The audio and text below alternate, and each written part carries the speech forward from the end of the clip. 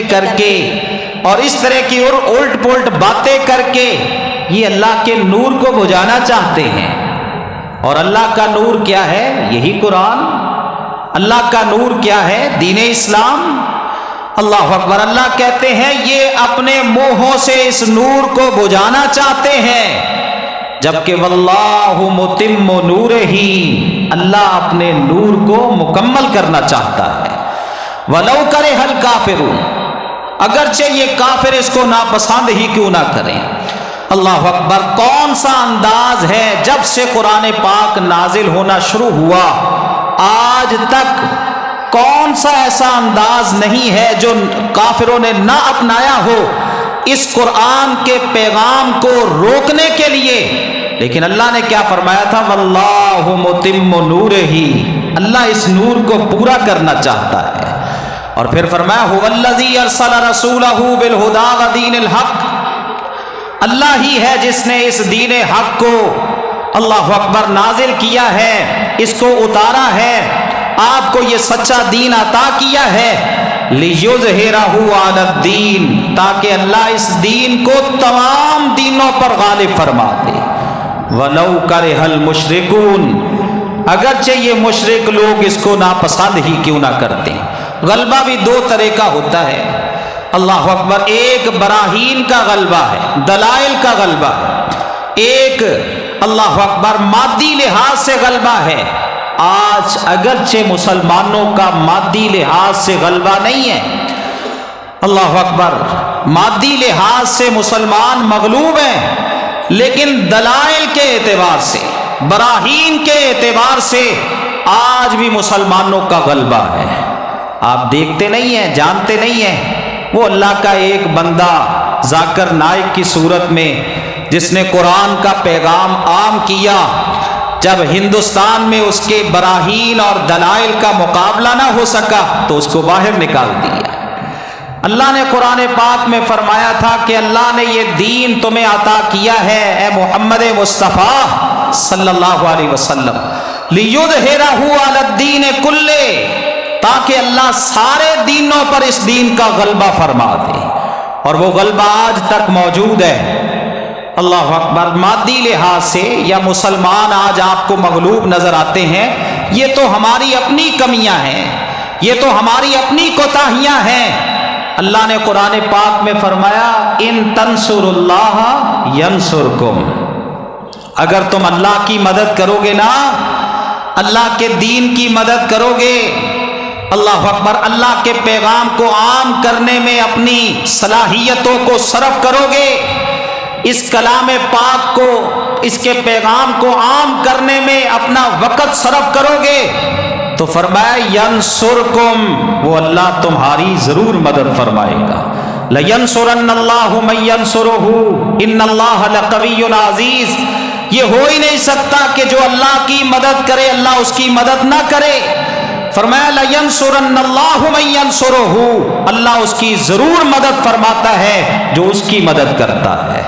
اور اس کی بہترین مثال، روشن تاریخ موجود ہے قرون اولا کے مسلمانوں کی، وہ صحابہ کرام کی پاکیزہ جماعت جنہوں نے اس قرآن کا پیغام عام کرنے کے لیے، اللہ اکبر، اس کی دعوت پہنچانے کے لیے ہر چیز کی قربانی پیش کر دی، اپنے تن من دھن کی قربانی پیش کر دی، تو پھر اللہ نے بھی ان کو عزتیں عطا فرمائی۔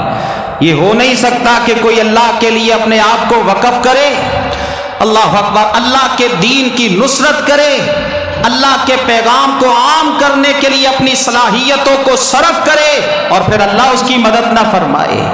وہ اللہ کے ہو گئے، اللہ ان کا ہو گیا۔ انہوں نے اپنے تن من کو دین کے غلبے کے لیے اللہ اکبر وقف کیا اور صرف کیا تو اللہ نے ان کو غالب فرما دیا۔ حضرت عمر رضی اللہ تعالی عنہ ایک سفر میں تھے، آگے پانی آیا، وہ دریائی سفر تھا یا نہری سفر تھا۔ حضرت عمر رضی اللہ تعالی عنہ پیدل چل رہے تھے، اونٹنی پر سوار تھے یا اونٹ پر، نیچے اترے اور اتر کر اپنے موزے اتار لیے، موزے اتار کر اللہ اکبر اپنے کندھے پہ رکھ لیے اور اسی طرح اونٹ کی مہار کو پکڑ لیا، یوں چل رہے ہیں۔ اللہ اکبر، شاید کہ وہ کافروں کا کوئی علاقہ تھا۔ ابو عبیدہ بن جراح کہنے لگے عمر رضی اللہ تعالی عنہ کو کہ جناب آپ امیر المومنین ہیں، آپ کا بڑا مقام ہے، آپ کا بڑا مرتبہ ہے، آپ اس طرح نہ کریں کہ آپ نے موزے اتار کے اپنے کندھے پہ رکھ لیے، اللہ اکبر، اور اونٹ کی مہار پکڑ کے چلنا شروع کر دیا۔ اونٹ کی مہار مجھے تھمائیں اور یہ موزے پہنے اونٹ پر سوار ہوں، جب آپ کے غلام اور آپ کے ساتھی یہاں پہ موجود ہیں تو یہ انداز اختیار نہ کریں۔ حضرت عمر کو وہ پرانا دور یاد آ گیا، کہنے لگے ہم تو بکریوں کے چرواہے تھے، اللہ اکبر، ہم تو بکریوں کے چرواہے تھے، انتہائی جو ہے نا وہ پستی کے عالم میں تھے، اللہ اکبر، گرے پڑے لوگ تھے۔ اے ابو عبیدہ، تو کہتا ہے کہ دنیا کی یہ ظاہری طور پر شان و شوکت، کوئی ٹھاٹ باٹ، اللہ اکبر، کہ میں اونٹ پر سوار ہو جاؤں، مہار پکڑنے والا غلام آگے حاضر ہو اور وہ مہار پکڑ کے جو ہے وہ اونٹ کے اوپر مجھے سوار کر کے یہاں سے گزارے، اس میں ظاہری طور پر جو ہے نا وہ یہ جو ہے نا شان و شوکت، اس میں کوئی شان و شوکت نہیں ہے۔ اعزنا اللہ بالاسلام، اللہ نے ہمیں عزت عطا کی ہے تو اسلام کے ساتھ عطا کی ہے، اللہ اکبر۔ تو میرے محترم بھائیوں، کافروں کا تو یہ وتیرہ ہے، کافروں کا تو یہ انداز ہے۔ آپ اپنے آپ کو قرآن کے ساتھ جوڑیں، اپنے آپ کو قرآن کے ساتھ اپنا تعلق قائم کریں۔ میں اپنے تائیں غور کروں، آپ اپنے تائیں غور کریں کہ ہم قرآن کو کتنا وقت دینے والے ہیں۔ اللہ اکبر، موبائل پہ 2 گھنٹے، 3 4 5 گھنٹے ہم ضائع کرتے ہیں، اللہ اکبر۔ جس دن موبائل کا استعمال، یہ پچھلے دنوں جب لائٹ گئی تھی تو بہت سارے، ہم سب اس میں شامل ہیں، ہم سب پریشان تھے کہ یار آج نیٹ نہیں آ رہا، اللہ اکبر، ایسے لگتا ہے جیسے زندگی ادھوری سی ہو گئی ہے۔ اور میرے محترم بھائیوں، بزرگوں، میری آنے والی ماؤں، بہنوں، یہ انداز تو ہمارا قرآن کے ساتھ ہونا چاہیے، یہ تعلق تو ہمارا قرآن کے ساتھ ہونا چاہیے کہ جس دن قرآن کی تلاوت نہ ہو دل ہی نہ لگے، اللہ اکبر، ایسے محسوس ہو جیسے آج کچھ نہیں ہوا، اللہ اکبر، طبیعت جو ہے نا وہ بوجھل سی محسوس۔ کیوں بھائی، کیوں طبیعت بوجھل محسوس ہو رہی ہے، کیوں اداسی سی چھائی ہوئی ہے؟ یار آج میں قرآن کی تلاوت نہیں کر سکا، میں قرآن پاک کو نہیں پڑھ سکا۔ کیا ہمارا انداز یہ قرآن کے ساتھ ہے؟ اللہ اکبر، مہینے گزر جاتے ہیں، سال گزر جاتے ہیں، اللہ اکبر، بہت سارے تو ایسے بھی ہمارے مسلمانوں کے اندر بدبخت موجود ہوں گے جو رمضان میں بھی قرآن کی تلاوت نہیں کرتے۔ تو پھر مجھے بتائیں عزتیں کیسے آئیں، مقام کیسے ملے، عروج کیسے ملے؟ اللہ نے ساری عزتیں قرآن کے ساتھ جوڑی ہوئی ہیں، ساری عزتیں دین اسلام کے ساتھ جوڑی ہوئی ہیں، اللہ اکبر۔ حضرت عمر رضی اللہ تعالی عنہ نے مکہ کا یا مدینہ کا ایک آزاد کردہ غلام، اس کو گورنر بنا دیا، اس کو گورنر بنایا۔ کسی پوچھنے والے نے پوچھا حضرت عمر سے کہ آپ نے یہ کیا کیا، ایک آزاد کردہ غلام، اس کو آپ نے مدینہ یا مکہ کا گورنر، اتنی بڑی ذمہ داری ایک آزاد کردہ غلام کو آپ نے دے دی، اس کے ذمے اس کو سونپ دی۔ تو حضرت عمر رضی اللہ تعالی عنہ نے کیا کہا؟ انہ قارئ لکتاب اللہ۔ پتہ ہے تجھے یہ عزت اس کو کیوں ملی ہے، یہ مقام اس کو کیوں ملا ہے، یہ درجہ اس کو کیوں حاصل ہوا ہے؟ اس لیے کہ انہ قارئ لکتاب اللہ، وہ اللہ کی کتاب کو پڑھنے والا ہے، وہ قرآن کا قاری ہے، اللہ اکبر، وہ قرآن کی تلاوت کرنے والا ہے۔ اور رسول اللہ کا فرمان ہے ان اللہ یرفع بہذا الکتاب اقواما ویضع بہ آخرین، اللہ اس کتاب کے ذریعے لوگوں کو عزتیں دے گا، اللہ اس کتاب کے ذریعے لوگوں کو مقام و مرتبہ عطا فرمائے گا، اور اسی کتاب کو چھوڑنے کے سبب اللہ ذلتوں کی، پستی کی، اللہ اکبر، دلدل میں اس کو پھینک دے گا، اللہ پستیوں میں ان کو لے جائے گا جو اس کتاب کو چھوڑیں گے۔ اور آج یہ ذلتیں، یہ پستیاں اللہ اکبر کے دن با دن گرتے ہی چلے جا، معاشی لحاظ سے بھی پریشان ہیں، اور جو ہے نا وہ دیگر معاملات میں بھی ہم پریشان ہیں۔ سبب کیا ہے؟ قرآن کو پشت کی، قرآن کو چھوڑا، قرآن سے دوری اختیار کی۔ اللہ نے کہا چلو جاؤ، کہاں تک چلتے ہو عزتیں تلاش کرنے کے لیے؟